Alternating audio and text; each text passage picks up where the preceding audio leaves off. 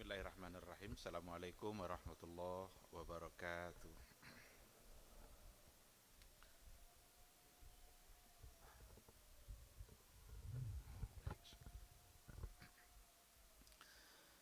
Innal hamdalillah nahmaduhu wa nasta'inuhu wa nastaghfiruh wa na'udzu billahi min syururi anfusina wa min sayyiati a'malina may yahdihillahu fala mudhillalah wa may yudlilhu falan tajida lahu waliyyan mursyida.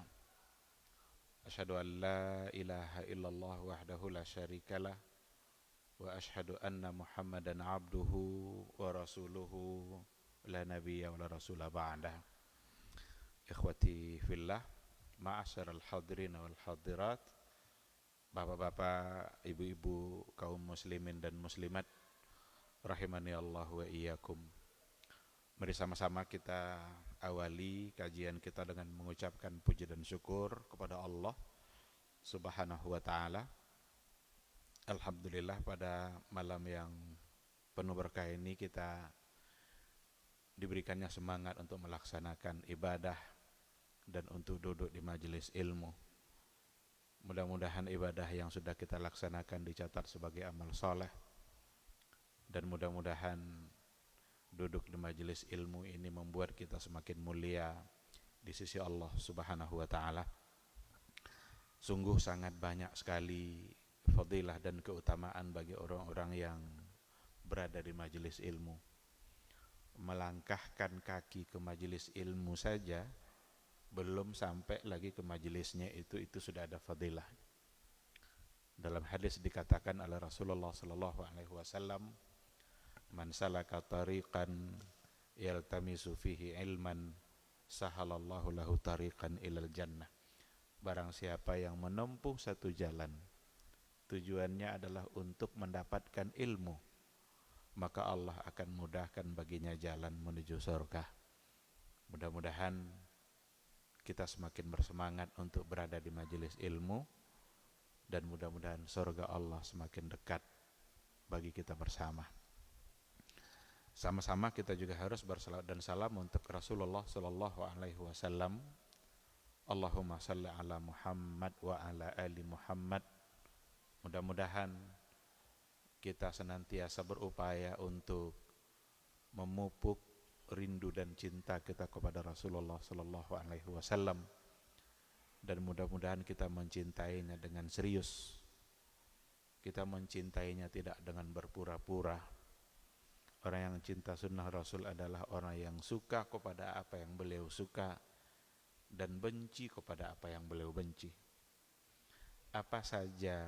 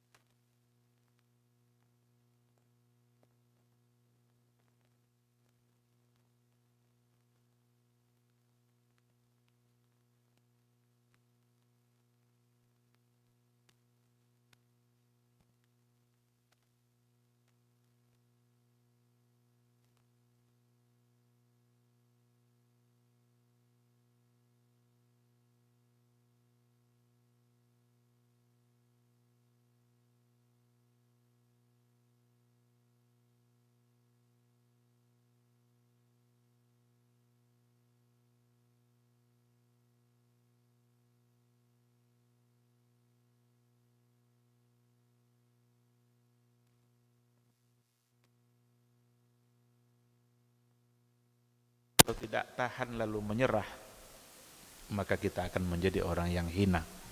Maka sunnah Rasul, sunnah yang akan menyelamatkan, dan cinta Rasul, cinta yang akan benar-benar menyelamatkan. Sabarlah, tenanglah demi menuju kebahagiaan yang sesungguhnya. Mudah-mudahan kita semua di akhirat kelak bisa mendapatkan syafaat dari beliau, bisa mendapatkan pertolongannya di satu hari di mana semua kita pasti akan merasa amalnya kurang. Tak akan ada di antara kita yang merasa amalnya banyak. Justru ada nanti orang yang mau balik ke bumi ini walaupun sebentar, sekedar hanya untuk sujud, sekedar hanya untuk bisa bersedekah, sekedar hanya bisa untuk beribadah dan berbuat amal saleh lainnya. Tapi nggak ada lagi waktu untuk beramal. Yang ada adalah waktu untuk dibalas semua amal kita. Oleh karena itu, sebelum datang masanya, sebelum kita terlambat, dan tidak ada kata terlambat untuk kembali kepada Allah Subhanahu wa ta'ala. Ikhwati fillah, ma'asyiral hadirin wal hadirat, rahimani Allah wa iyyakum. Salah satu dari tema kajian-kajian Islam yang sangat pantas untuk kita dalami adalah kajian yang berhubungan dengan maqasidus syariah. Kajian yang berhubungan dengan menggali hikmah atau maksud di balik penetapan hukum yang datang dari Allah dan dari Rasulullah sallallahu alaihi wasallam. Satu hal yang wajib kita yakini bersama bahwa tidak ada satupun hukum yang ditetapkan oleh Allah dalam Al-Quranul Karim ataupun oleh Rasulnya dalam sunnahnya, kecuali di balik hukum itu pasti ada hikmah, pasti ada maqasid. Alima man alima wa jahila man jahil. Ada yang tahu, ada yang tidak tahu. Pasti ada maksud dan hikmah. Cuma mungkin kita tahu, mungkin juga kita tidak tahu. Oleh karena itu, mengetahuinya itu tuntutan syar'i. Mengetahui apa yang ada di balik hukum syar'i itu, apa maksud dan hikmahnya, itu sesungguhnya adalah menjadi sebuah keharusan. Maka kita bicara ibadah tidak mesti hanya bicara dari sisi hukum, tapi kita harus membicarakan ibadah kita dari sisi hikmah. Maka ibadah antara hukum dan hikmah harus digabung. Inilah sesungguhnya yang akan menjadi fungsi dari kajian maqasidus syariah. Menjadi sebuah kajian yang sebenarnya ini sudah lama ada. Kalau kita lihat dari sisi tatbiq atau aplikasi,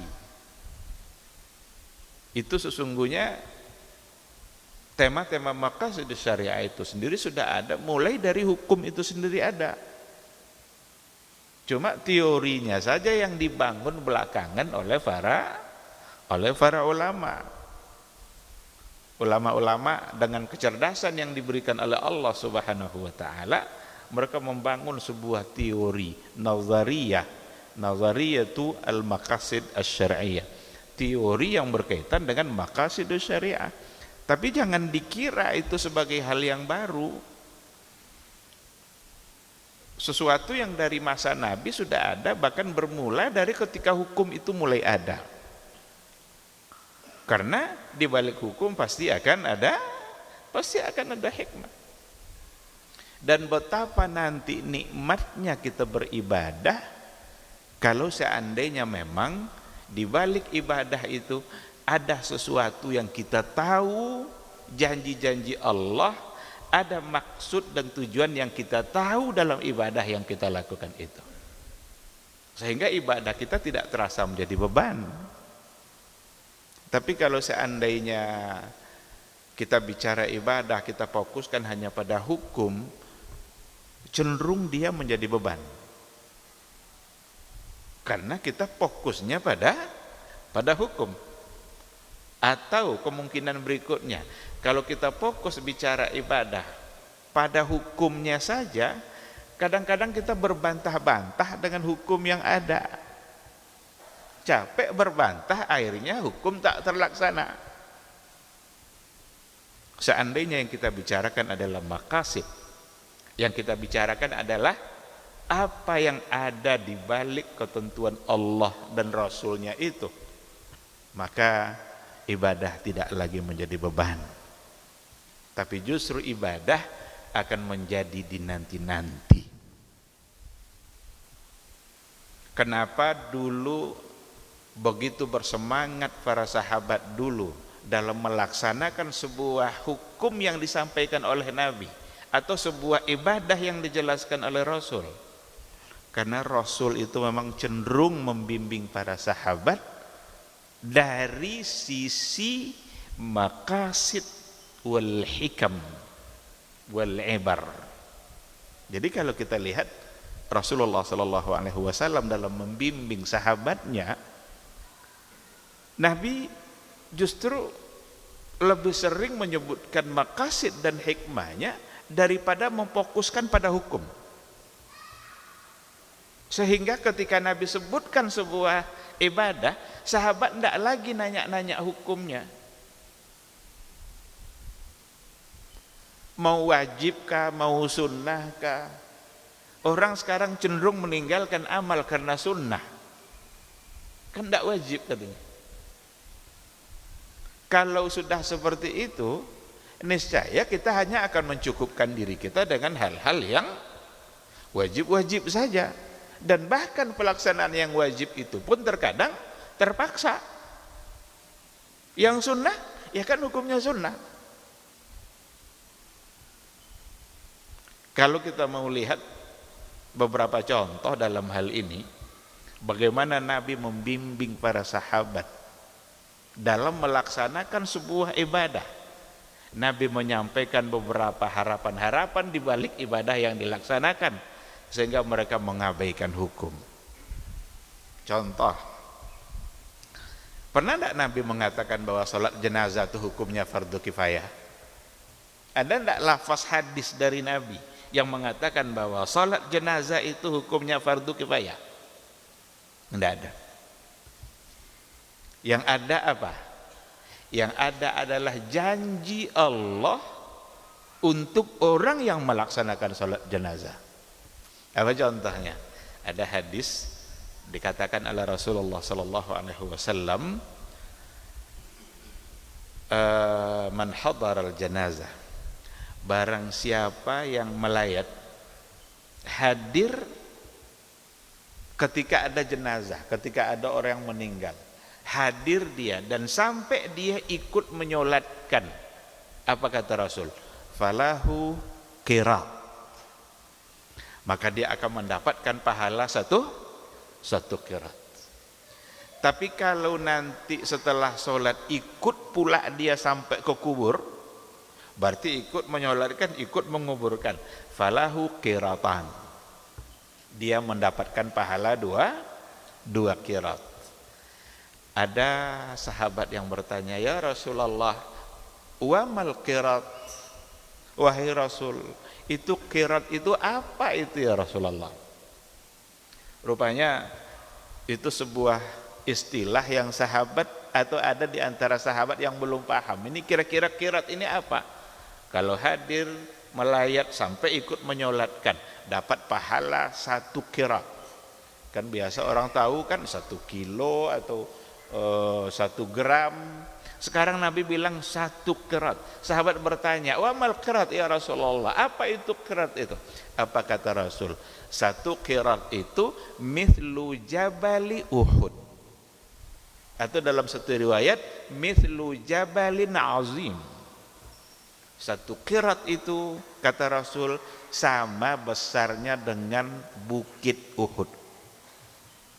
Jadi kalau seandainya melayat kita, hadir kita, lalu ikut kita menyolatkannya, pulang kita setelah disolatkan itu dapat pahala kebaikan sebesar bukit Uhud.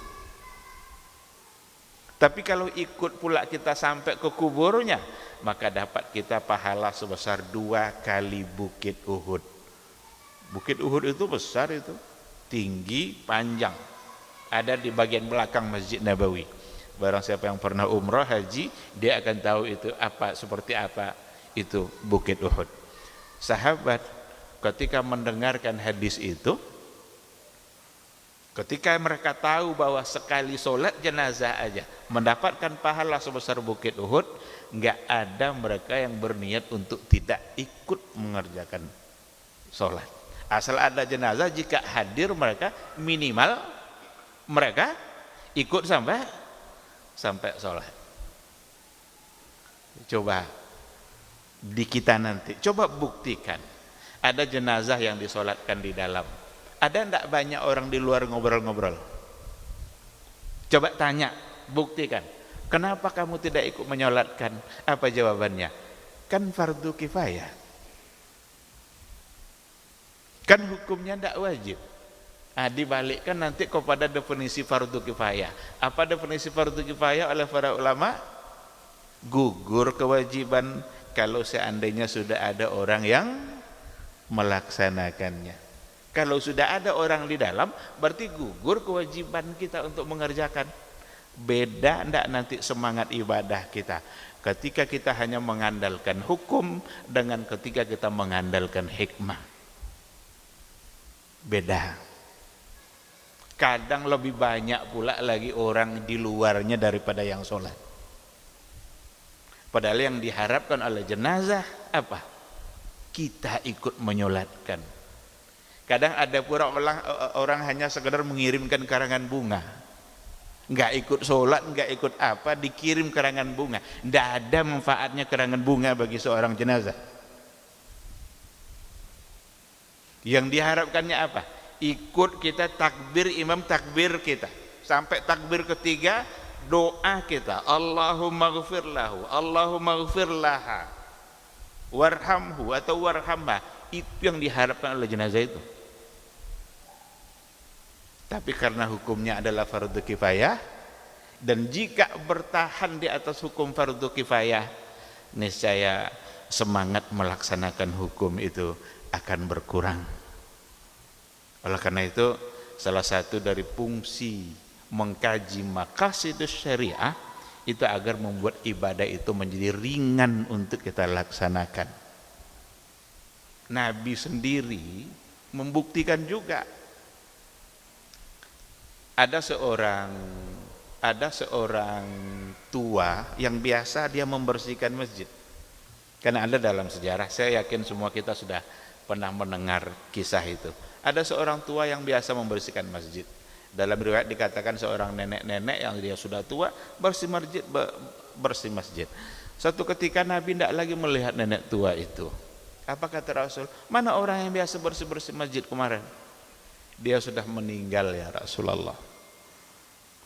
Lalu kata Rasul, walima ma'adzantumuni, kok kalian tidak beritahukan ke saya kalau dia sudah meninggal? Kami takut mengganggu kamu ya Rasulullah, karena dia meninggal di waktu-waktu istirahat Nabi. Jadi diselesaikan aja oleh para sahabat sampai dia dikuburkan. Takut kami mengganggu kamu ya Rasulullah. Apa kata Rasul? Tunjukkan ke saya mana kuburnya. Oh, kuburnya ada di situ ya Rasulullah. Pergilah Nabi ke kuburnya itu, dan di kuburnya itu Nabi menyolatkannya. Nabi takbir 4 kali dan menyolatkan orang yang tadi Nabi tidak ikut menyolatkan. Padahal sudah selesai belum kewajiban oleh sahabat? Kan fardu kifayah. Seharusnya kan Nabi bilang, oh ya udahlah, enggak apa-apalah, makasih. Kan seharusnya gitu, kalian sudah selesaikan. Tapi Nabi enggak, buktikan, saya ingin mendapatkan pahala itu. Nabi mau dapat pahala, coba.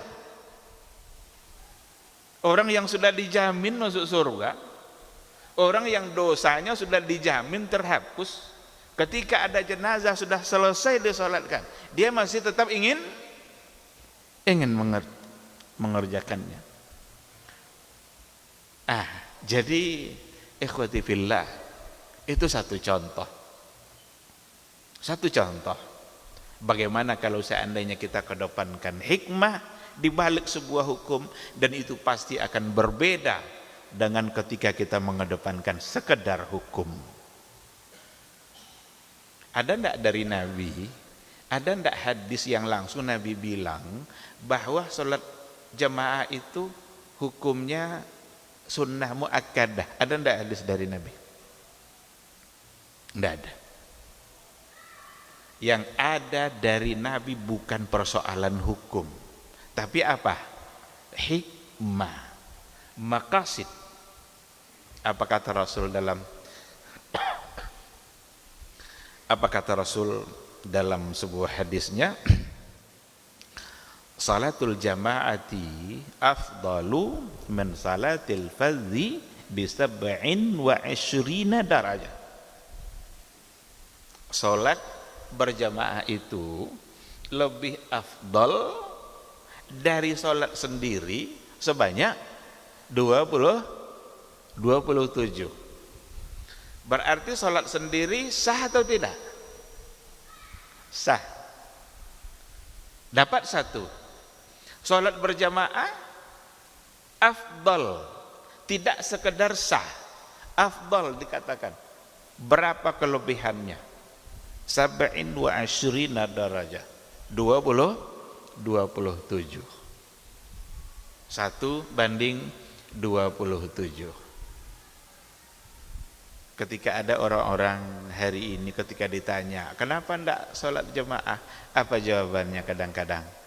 Kan enggak wajib. Kan hukumnya cuma sunnah.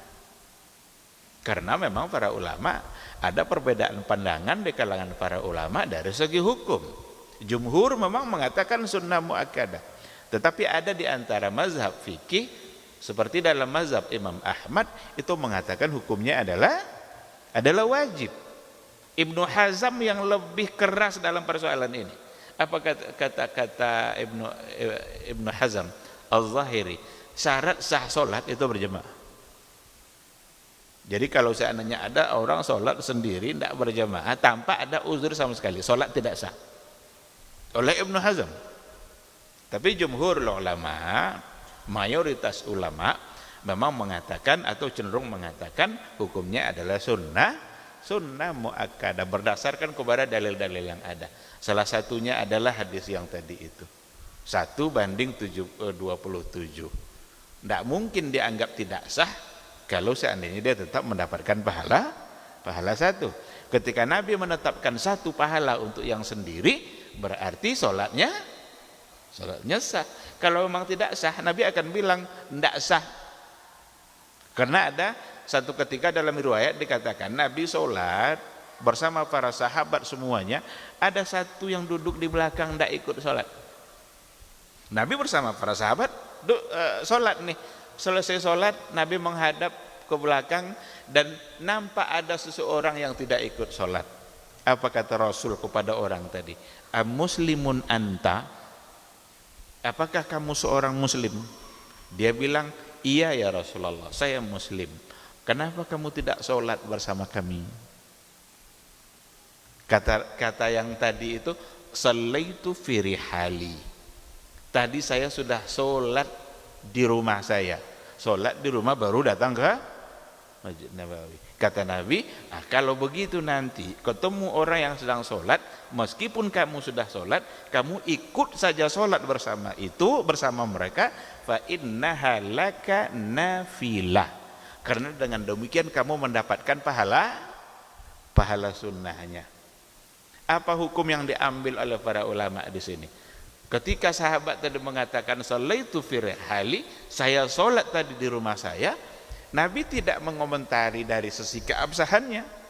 Kan seharusnya Nabi bilang, kalau memang tidak sah, Nabi akan bilang, oh kamu jangan sholat sendiri di rumah, tidak sah. Ulama jumhur mengistimbatkan seperti itu. Tetap sah, tapi afdal berjamaah. Sehingga hukumnya adalah sunnah muakkadah. Tetapi sekali lagi, hukum sunnah itu bukan alasan untuk meninggalkan sebuah ibadah. Kalaulah tahu kita apa yang ada di balik hukum sunnah itu, niscaya akan bersegera dan ingin mengerjakan secara terus-menerus. Kalau kita tahu apa yang ada di balik hikmahnya, di balik hukum itu ada hikmahnya. Ada sahabat datang kepada Rasulullah, dia bilang, "Ya Rasulullah, saya ingin puasa setiap hari." Kata Rasul, "Jangan. Kalau kamu ingin memperbanyak ibadah puasa kamu, maka sholatlah 3 hari dalam sebulan." Ini yang disebut dengan ayyamul bid, 3 hari di pertengahan bulan. Apa kata sahabat tadi? "Saya sanggup lebih banyak dari itu ya Rasulullah." Kalau kamu sanggup lebih banyak lagi dari itu, maka puasalah Senin dan Kamis. Kalau tadi kan 3 hari, kalau pindah ke Senin Kamis sudah menjadi 8 hari dalam sebulan. Kata sahabat itu, "Saya sanggup lebih banyak lagi dari itu ya Rasulullah." Kata Rasul, "Kalau masih kamu sanggup lebih dari itu, puasalah seperti puasa saudara saya Daud." Dari 8 berarti pindah menjadi 15. Karena puasa Nabi Daud sehari puasa, sehari buka, puasa buka, puasa buka. Kata Rasul itu puasa terbaik. Berarti sudah 15 hari. Dari 3 pindah ke 8, dari 8 pindah ke 15. Apa kata sahabat itu? "Saya sanggup lebih banyak dari itu ya Rasulullah." Kata Rasul, "Lah, enggak boleh lagi." Kenapa dia menuntut untuk banyak mengerjakan tadi? Dia pandang hukum enggak kira-kira itu? Sama sekali tidak. Kalaulah semata-mata dia pandang dari sisi hukum, tidak akan minta lebih banyak dia. Tapi yang dipandangnya dari sisi hikmah, dari sisi maqasid, dari sisi tujuan. Kenapa hukum itu harus ada? Kenapa ibadah itu harus ada? Dan begitulah Rasulullah Shallallahu Alaihi Wasallam membimbing dan membina para sahabatnya dalam persoalan agama, di mana Nabi tidak menekankan persoalan hukum. Kenapa orang sulit bayar zakat hari ini? Karena dia hanya pandang hukum. Dia yang peras keringat, dia yang punya harta, dia yang banting tulang nyari, enak aja dikasih-kasih sama orang. Ketika dipandang dari sisi wajib dan hanya sampai di situ saja, ibadah akan menjadi berat. Tapi kalau seandainya dipandang dari sisi hikmah dan maqasid, ibadah akan menjadi ringan. Kalau seandainya salat tahajud itu kita pandang dari sisi hukum, murni dari sisi hukum, mungkin seumur hidup kita tidak akan salat tahajud. Kenapa? Sunnah. Datang pula definisi sunnah. Apa definisi sunnah? Dikerjakan berpahala, ditinggalkan tidak mengapa, tidak berdosa. Ini nampaknya perlu dirubah definisi sunnah ini.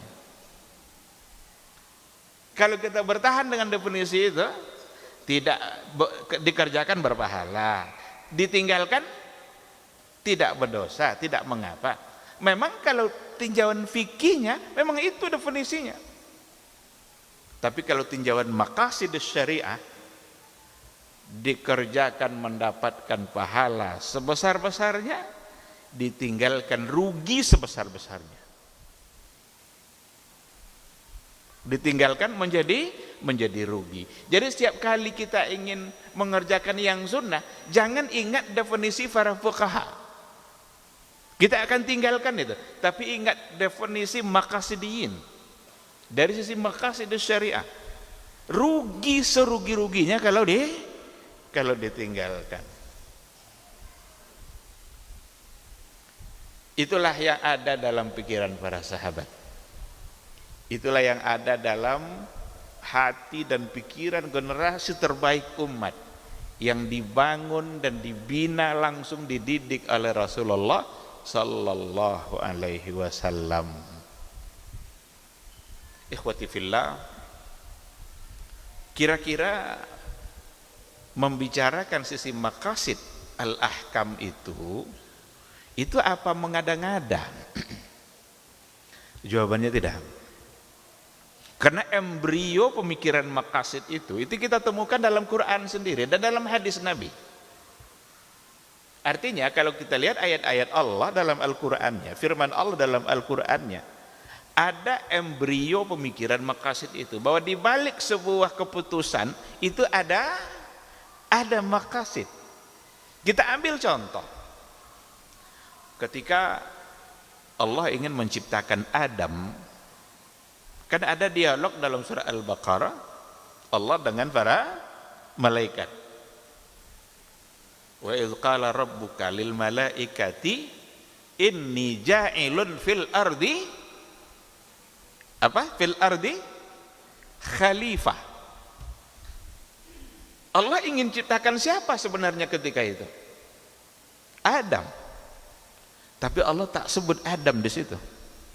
Kan seharusnya kan inni ja'ilun fil ardi Adam.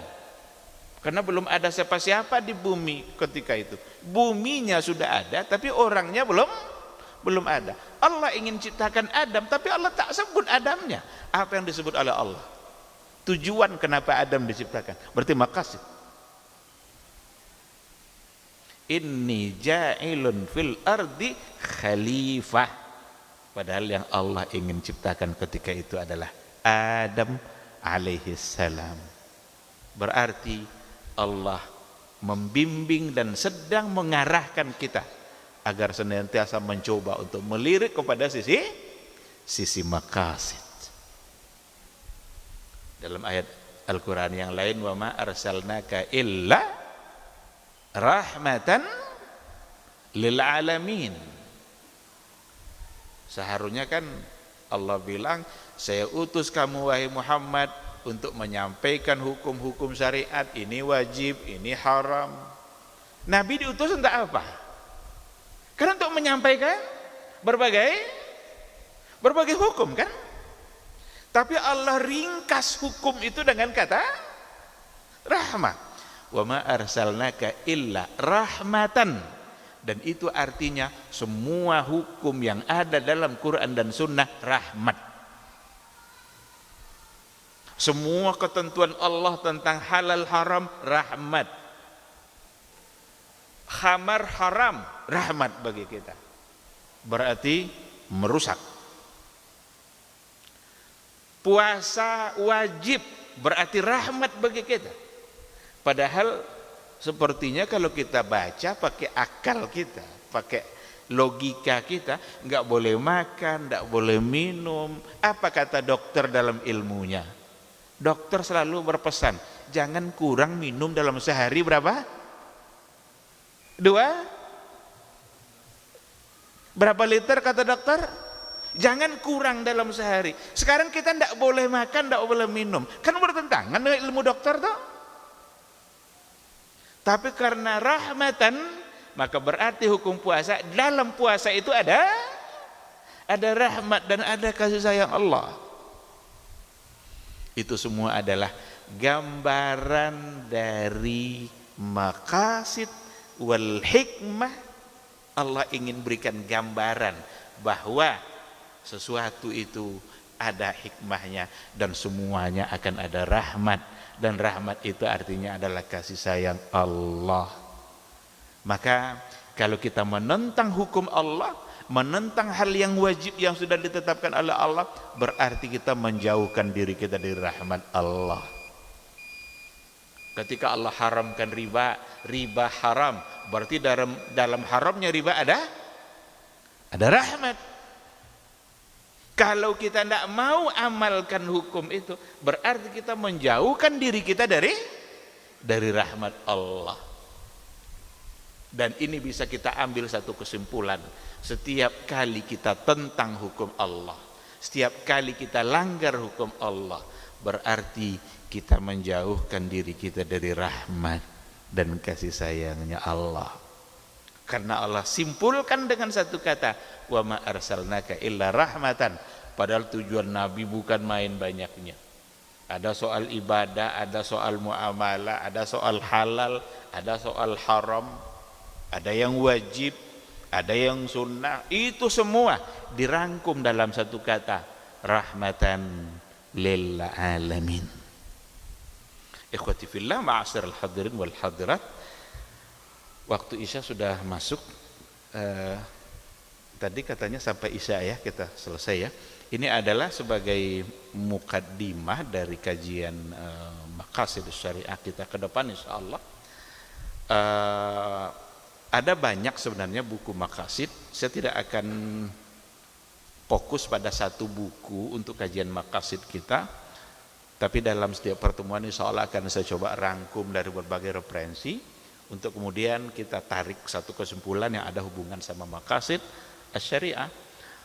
Karena kalau dibaca buku dari awal sampai akhir, ini terkesan kajiannya kajian akademis. Ini kajian S2, kajian S3. Jadi takut saya nanti akan jadi monoton. Jadi lebih baik kita ambil nanti poin-poin penting dalam buku-buku yang ada. Ini salah satu dari buku Maqasidus Syariah, ditulis oleh Dr. Nuruddin Mokhtar Al-Khadimi, salah seorang ulama maqasid dari Tunisia. Beliau ahli dalam bidang Maqasidus Syariah. Jadi begitu nanti caranya insya Allah. Sebagai mukaddimah, ini yang bisa barangkali saya sampaikan. Nanti kita coba urut pembahasan itu mulai dari definisinya, kemudian juga barangkali dalil-dalilnya, pembagian-pembagiannya, sampai pada akhirnya kita akan masuk pada maqasid dalam setiap bab ibadah.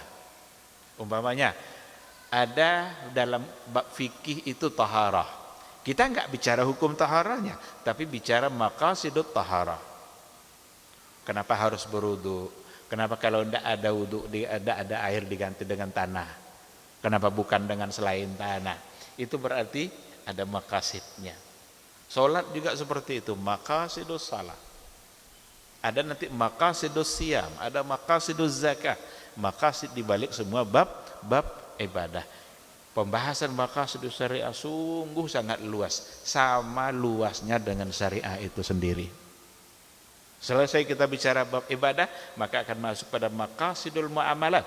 Muamalah yang ada hukum itu dibalik hukum itu semua ada maqasid, ada tujuan-tujuannya.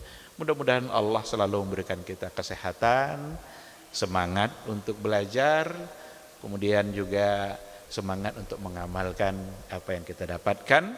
Semoga majelis ini diridhai oleh Allah Subhanahu wa taala dan dicatat sebagai amal saleh yang memperpanjang catatan amal kebaikan kita. Barangkali sampai di sini. Mohon maaf dan terima kasih. Subhanakallahumma wa bihamdika asyhadu an la ilaha illa anta astaghfiruka wa atubu ilaik. Wassalamualaikum warahmatullahi wabarakatuh.